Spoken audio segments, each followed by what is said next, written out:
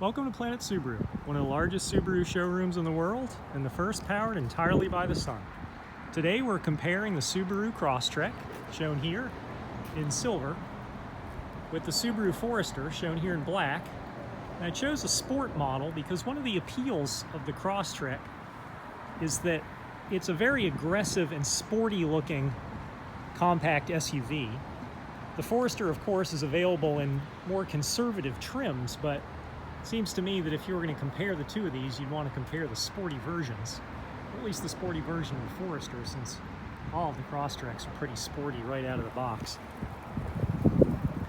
They both have the same wheelbase, which is that distance between the axles, and the reason why that is because they're built on the same platform. So the dimensions are very similar underneath the skin, but the bodies are quite different. You can see that the Forester is 4 inches taller and 6 inches longer, so there's a lot more room inside. We find that a lot of couples like the Crosstrek, and then when they have the first baby, they come in and trade it in on the Forester because it has a lot more room, both in the back seat for those extra little passengers and in the cargo area for all the stuff that goes with the kids. Let's take a look at the engines and compare those. The Crosstrek comes only with a 2-liter 4-cylinder boxer engine, generates 152 horsepower, and returns 27 miles per gallon in the city and 33 on the highway.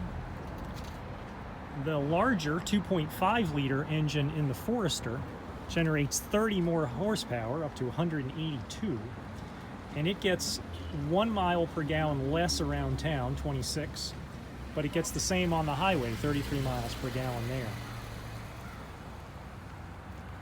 All Foresters come standard with a continuously variable transmission. The Crosstrek is the only way you can get a manual transmission as an option if you prefer that over the automatic. Ground clearance is the same for both vehicles at 8.7 inches.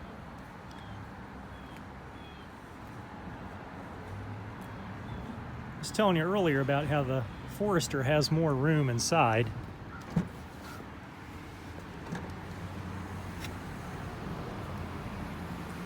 See a real nice wide opening there, allowed by Subaru's new global platform, which gave the engineers a lot of flexibility to give some big access. We'll take a look next at the Crosstrek cargo area. Nice wide opening in the Crosstrek too, but you can see that it's not nearly as much room in the cargo area. The distance between that cargo cover and the back of the car is substantially shorter, so you're not going to get nearly as much stuff in the back of the Crosstrek.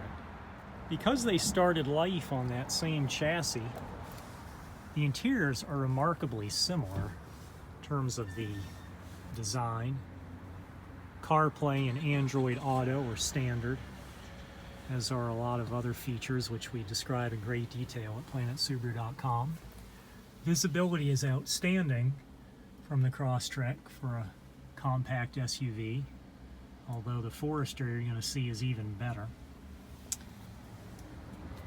The moonroof in the Crosstrek is a standard size. In the Forester it's going to be a panoramic, which I'll show you next. This huge panoramic moonroof is standard on all Foresters except the base model.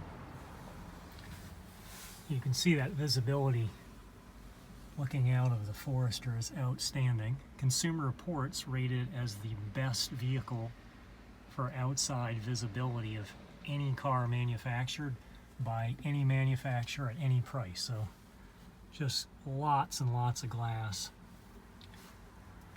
I told you before about the interiors being very similar. You'll recognize a lot of the same equipment, including the steering wheel. That real nice infotainment center is the same in the cars.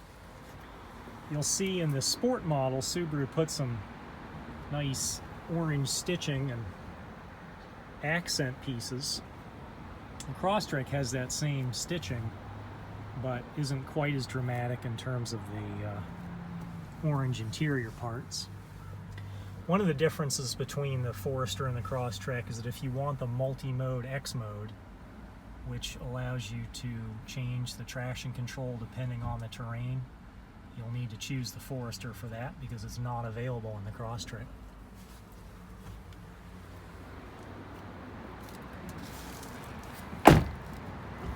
Comparably equipped, the Crosstrek costs a couple of $1,000s less than the Forester, and one of the reasons why is you get a little less standard equipment, and there are also fewer available options.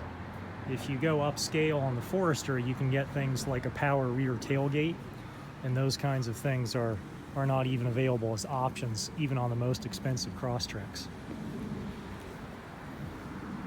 Given their substantial suspension travel and ride height, both vehicles are surprisingly nimble on the road. Although if you really like carving the twisties, you're going to find that the Crosstrek is a little more agile.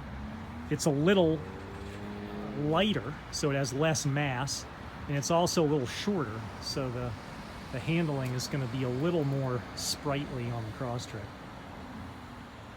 If you'd like to drive either or both, please visit us in Hanover at Planet Subaru on Washington Street. And if you'd like to learn more about the vehicles and you can't visit us because we're too far, then please visit planetsubaru.com, where we have a very extensive comparison of both models. Thanks for watching.